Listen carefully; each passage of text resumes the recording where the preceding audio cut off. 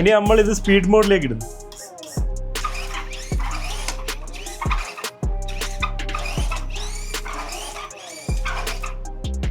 ഇതാണ് ഇതിന്റെ speed mode. അത്യാവശ്യം നല്ല സ്പീഡും പരിപാടികളുണ്ട്. പിന്നെ ക്രൗളിങ്ങിലേക്ക് ഇട്ടിട്ട് നമ്മൾ ഡ്രാഗ് ബ്രേക്കും കൂടി ഫുൾ ഇട്ട് കഴിഞ്ഞാൽ നമുക്ക് കുന്നും പരിപാടികളിൽ ഈസി ആയിട്ട് കയറി പോകാൻ പറ്റും. വണ്ടിക്ക് ഓവറോൾ ഈ ബോഡീന്റെ വെയിറ്റ് കുറച്ച് കൂടുതലാണ്. അതുകൊണ്ട് നമ്മൾ ഈ കുത്തനെയുള്ള കുന്നല കയറുമ്പോൾ വണ്ടി ബാക്കോട്ടേക്ക് മറിഞ്ഞു കാണാനുള്ള ചാൻസ് കൂടുതലാണ്. അത് നമ്മൾ വേണമെങ്കിൽ ചേസിന്റെ മുകളിൽ വേറെ എന്തെങ്കിലും വെയിറ്റ് ഉള്ള സാധനങ്ങളെല്ലാം വെച്ച് അഡ്ജസ്റ്റ് ചെയ്യേണ്ടി വരും. വണ്ടീൻ്റെ അകത്ത് ലൈറ്റും പരിപാടിയെല്ലാം ഉണ്ട്. ഈ ഒരു ബട്ടൺ ഫസ്റ്റ് ഞെക്കി കഴിഞ്ഞ് കഴിഞ്ഞാൽ ഹെഡ് ലൈറ്റ്, പിന്നെ കുറച്ചും കൂടി ബ്രൈറ്റ് ആയിട്ടുള്ള ലൈറ്റ്, ഒന്നും കൂടി ഞെക്കി കഴിഞ്ഞ് കഴിഞ്ഞാൽ മറ്റേ ഹസാർഡ് ലൈറ്റ് പോലത്തെ പരിപാടി ബാക്കിലുണ്ട് കേട്ടോ. പക്ഷെ ബാക്കിൽ ബ്ലിങ്കിങ് ഇല്ലല്ലോ.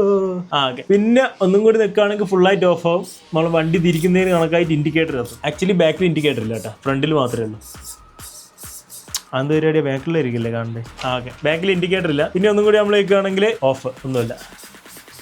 ഒന്നും കൂടി വെക്കുകയാണെങ്കിൽ ഹെഡ് ലൈറ്റ് വിത്ത് ഇൻഡിക്കേറ്റർ, ഒന്നും കൂടി വെക്കുകയാണെങ്കിൽ ബ്രൈറ്റ് ലൈറ്റ് വിത്ത് ഇൻഡിക്കേറ്ററും ഹെഡ് ലൈറ്റും, പിന്നെ ഒന്നും കൂടി വെക്കുകയാണെങ്കിൽ ഹസാർഡ് ലൈറ്റ്.